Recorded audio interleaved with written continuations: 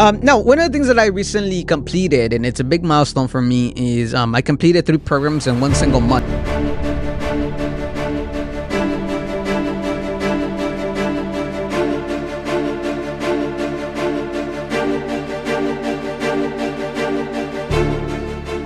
In this episode, I want to talk about what are some of the things that I learned, but also some of the key takeaways that I've been learning as I'm scaling UndocuStartup. Again, if you're new here, my name is Juan. I'm the founder of UndocuStartup, and I essentially help students go from idea to getting their first dollar in the university level. So that's a little bit about my business. Welcome to UndocuStartup by Juan Maya Hernandez. All right, so welcome to today's episode of UndocuStartup Weekly, where I share the biggest lessons that I've been learning building the #1 entrepreneurship program for undocumented students. If you're an Undocu student liaison and you know your students are struggling with what are they going to do after they graduate because they do not have DACA, please visit www.undocustartup.com. Again, that is www.undocustartup.com, so I can help you help your students become entrepreneurs. Now, one of the things that I recently completed, and it's a big milestone for me, is I completed 3 programs in one single month. So in this episode, I want to talk about what are some of the things that I learned, but also some of the key takeaways that I've been learning as I'm scaling UndocuStartup. Again, if you're new here, my name is Juan. I'm the founder of UndocuStartup, and I essentially help students go from idea to getting their first dollar in the university level. So that's a little bit about my business. So lesson number 1 is that I should be planning for things to get complicated, okay? There was a particular day on a Friday where I had a program from 9 a.m. to 11:30, and it was in person. Then I had about an hour to drive back home because I had another program virtually in a new state from 1 to 3:30. Some of the things that got complicated was that I didn't take into consideration the amount of time it took to go from where I was to home. So that's one of the mistakes that I didn't think about. So that got complicated. The second thing is I was really exhausted. After the 2 programs, I really underestimated the amount of effort it took. But that was one of the things. So things are going to get complicated as you grow your company, as you take on more clients, as you build your business. And that was a big lesson for me. The second lesson is that I should be building repeatable systems. So for me, because I run programs, these repeatable systems are like templates. Repeatable systems are like emails, programs, slides, everything, having the instructions for my freelancer, having the instructions for how I'm going to print out the certificates, all these different things that I should be having templates, because I did find myself kind of stressed out during the week. I do have a place where I can keep track of all my tasks. I use Trello for that. But during the week when I was running 3 programs in the same week, I was like, okay, I need to do this for this program, this for this program. And the beauty about it is that 2 of the programs are really similar, very identical. So I didn't have to change much besides the logo and stuff. And that's what I've been learning. The more that I change the programs, the more that I change a few things, the more I'm going to have to change if I do plan on scaling this to the level where it was this month. But yeah, building repeatable systems also applies to like the company, right? Like the boot camp, just having one program. And even with that program, making sure that it's pretty much the same is going to help me scale. Lesson number 3 is to prioritize my health because it's wealth. I've said this in many episodes already. But the first week when this happened, I usually have a routine. I usually go to the gym at least 4 times a week. I usually do cardio X amount of minutes a week. But during the week when I was getting busier, I found myself kind of stepping out of that routine, going to the gym a little later, or even missing a few days of the gym. And that first week when I had all of these programs back to back, I was really tired on a Saturday. Like I literally was just working Monday to Friday. Saturday, I was really tired. And I was glad that I was able to go through that, because then the following week, I went back to my routine. I ended up going back to the gym. I ended up doing my cardio. I ended up eating healthier. But that's always the big lesson. The week when I was really exhausted, I was eating bad. I was eating chips. I was eating all this stuff. I wouldn't say it's because I was stressed. It was more because I had honestly, I was stressed. Who am I kidding? I was stressed. The fact that I had like 2-3 programs to do this week, the fact that I had to do all these other things, running around, all these other things. And I ended up eating bad. And when you eat bad, then on the weekend I felt it. So that was a very, very important lesson, that like I understand that if I want to grow this company, if I want to scale it to the next level that I want, if I want to do 3, 4, 5 programs a month like this cannot be a big deal. I need to be at a different level. Just moving forward is just prioritizing the health, just keeping that routine, no matter how many clients I have. And it's also an important lesson. If you have a business, look at how can I handle another client? How can I handle 5 more clients? And most often than not, you're gonna have to be good yourself before you take on more clients. At least that's what I'm learning. Number 4 is that little problems do not affect me. So, I had an incident. I had like this 7 feet banner, retractable banner that you can set up. So my assistant was the one that, we had a little incident there, but I think she was expecting me to get mad or something. I didn't get mad. I was really able to control my stuff. The same when I filed it to the insurance, and the insurance told me that it's too cheap for us to cover it. Then I learned something new. And again, I was not mad about it. I was just like, you know what? The most important thing right now, when that thing happened in terms of equipment, was I just want to make sure the program still goes on. A banner is just mostly for marketing. A banner is there. I can buy another one, right? The same thing with insurance. Now that I had a call with them, now I understand what I can use it for, what I can't use it for. And I just realized that like these little problems, there's level of problems that no longer affect me, right? So like if it's an equipment, maybe a year ago, I'd be bummed out about it. I'll be like, oh, like what happened? It messed it up. But the most important thing in that day, I was just like, I just want to make sure I do this program and I do the next program, because those are the most important things that I have to get done.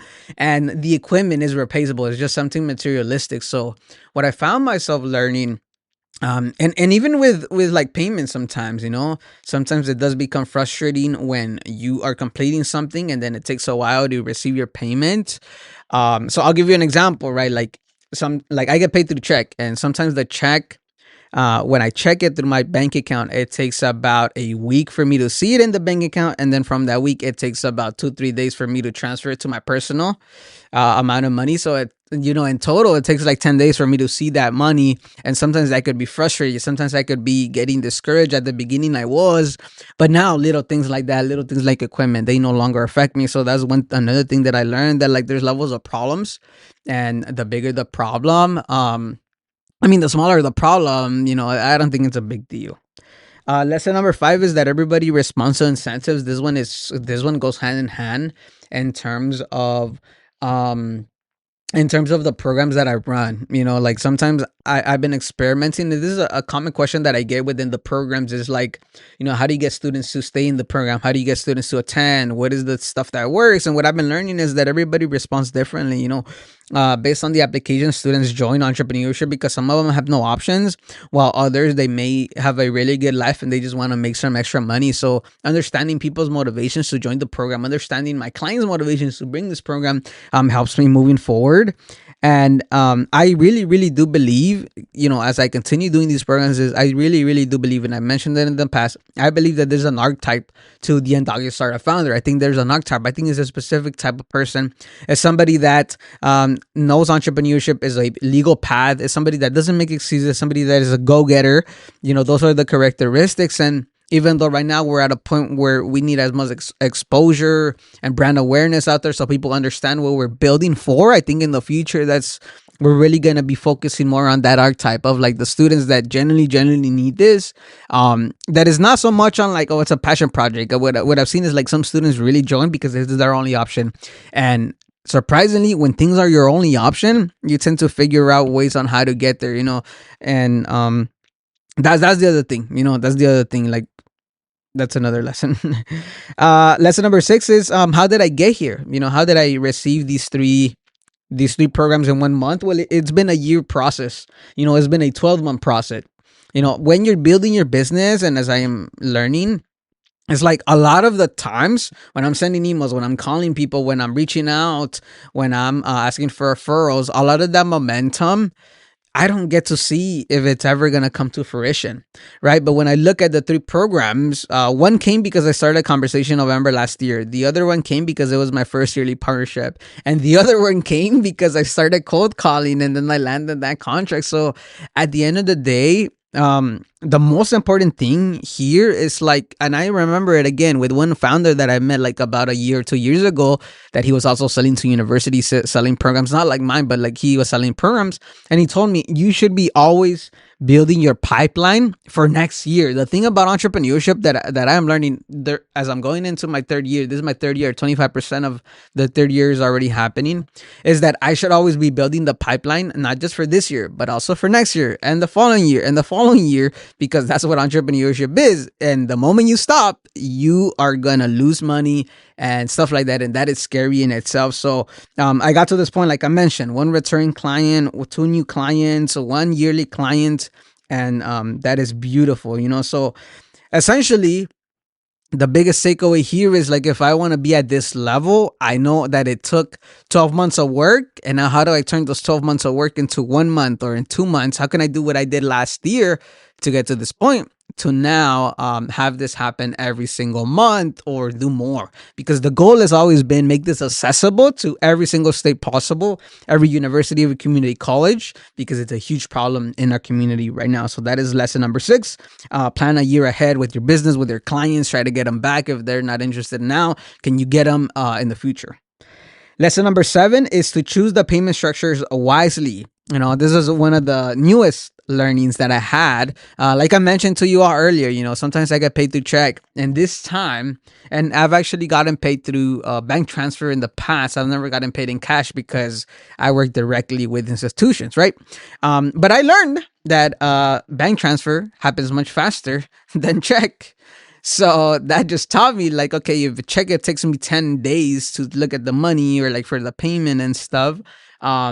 Can I just focus on getting bank transfers in the future so I accelerate stuff, right? Because remember, we need money for the contractor, we need for our freelancer, we need money for speakers that sometimes come in, and that was a new lesson. So I guess the lesson here is like experiment with different ways of payments. You know, that's why now when I look at other companies, some companies finance different things. They put stuff on credit cards, or you look at different business models. They have recurring revenue. So I'm just starting to think about like, what are some ways that I can get paid faster, even if, or at least to see the money. So like that, I don't run into that cash flow issue like I did last year, you know. Lesson number 8 is that I can do this and more. You know, I realized that I was much more capable than I initially thought. Again, I continue to go against my current beliefs. I mean, some of you are new listeners, but the first bootcamp that I ever did, I was nervous. I was scared of like being able to just do one at the price point that I was asking for, because when you ask for a price, when you ask for a specific amount of money when doing an exchange of a service, you have to be at that level. And when I first did it, I was not like 100% confident. Obviously, I practiced 70 hours and it went all right. And eventually that's what became the snowball effect with other clients, with other institutions, right?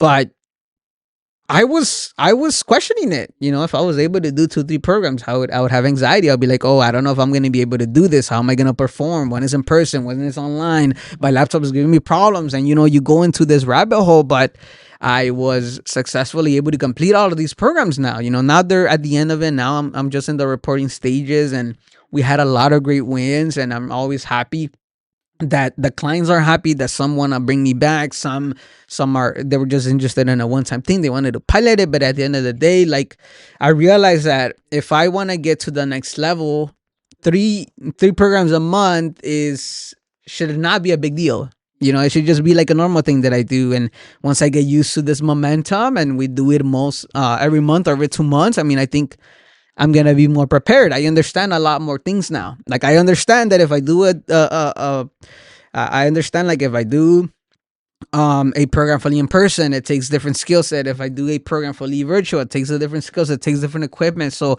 now I understand that it's much easier to scale something if I'm able to see these different case scenarios, because they each come with new challenges. Now, lesson number 8 is that I underestimated the amount of effort I needed for this, right? I mentioned it kind of similar as I was speaking at the very beginning. At the very beginning, I was like, well, I'm going to do it, and I'm still going to be able to go out. You know, I would go out, I'd go hiking, I'd go to the gym, I do these things, right? And in fact, a day before one of my programs, I went hiking because I just wanted to go hiking. I was like, you know what? I'm going to go hiking. I'm going to go check out this new place. Even though I knew I had to wake up early, to drive to this place. I knew it was like a good 40-minute drive, but I ended up going, and then I regretted it because I was tired the following day in the morning. My legs were tired, and I was like, oh, what did I do? So I definitely just have to remind myself that it takes a lot more than I initially think. And as I'm learning with my business, it's not going to come easy. I'm going to need to continue pushing. Sometimes it's difficult to continue pushing, right? Because like I mentioned, right, you're pushing against friction. There's friction, right? And then you look at other people kind of ahead in terms of their business and stuff, and you're like, you kind of get discouraged. The most discouraging thing I'll say as a founder that I find sometimes is like you do a lot of actions and you don't reap the fruits of your labor, right? Like you never know if something is working up until later. And if I can just get used to that feeling enough, if I can just stick through it long enough to see if it's gonna work out, I think it will. But sometimes it is difficult, y'all. It is difficult, and like I mentioned, I don't want to underestimate the amount of effort it takes, but I do have more data. Every single program is new data. Every new client is new data. Every new form of payment is new data that is going to help me build this company where I want it to be when I want to build the ecosystem for undocumented entrepreneurs. So definitely I got humbled. I got humbled in terms of the amount of effort I needed for these 3 programs, but I'm glad that we were able to complete it. And then the last one is that I am much closer to my goal than I initially thought. But the most important thing is to just keep going, right? Like I mentioned, I got to continue calling. I got to continue emailing. I got to continue posting content. I have some data already on like how much it took to get to the whole last year. Can I do that whole last year in 1 month? In the next 2-3 months?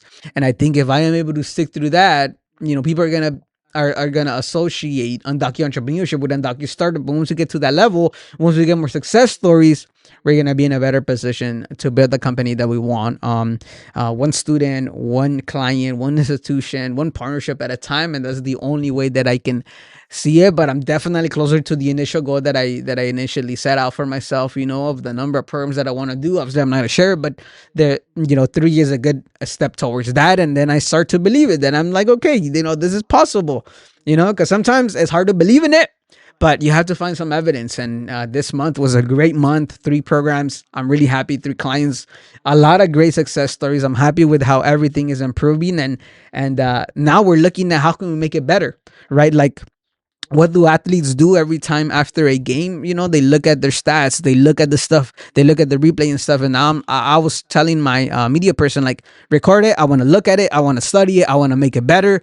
And that's the way that we're going to build this. So again, let's just do a quick recap. Lesson number 1, plan for things to get complicated. Lesson number 2, build repeatable systems. Number 3, prioritize your health. Number 4, little problems don't affect me. Number 5, everyone responds to incentives. Number 6, plan a year ahead. Number 7, choose payment structures wisely. Number 8, I can do this and more. Number 9, I underestimated the effort needed for this. And number 10, I am much closer to my goal than I initially thought. So with that, everybody, make sure you give this a rating on Spotify. Please follow the podcast, follow and subscribe on YouTube if you're watching it on YouTube. And remember, be motivated and stay motivated. And remember that UndocuStartup means that entrepreneurship... And remember, UndocuStartup means that undocumented entrepreneurship has no limits. I'll talk to you soon. Welcome to UndocuStartup by Juan Hernandez.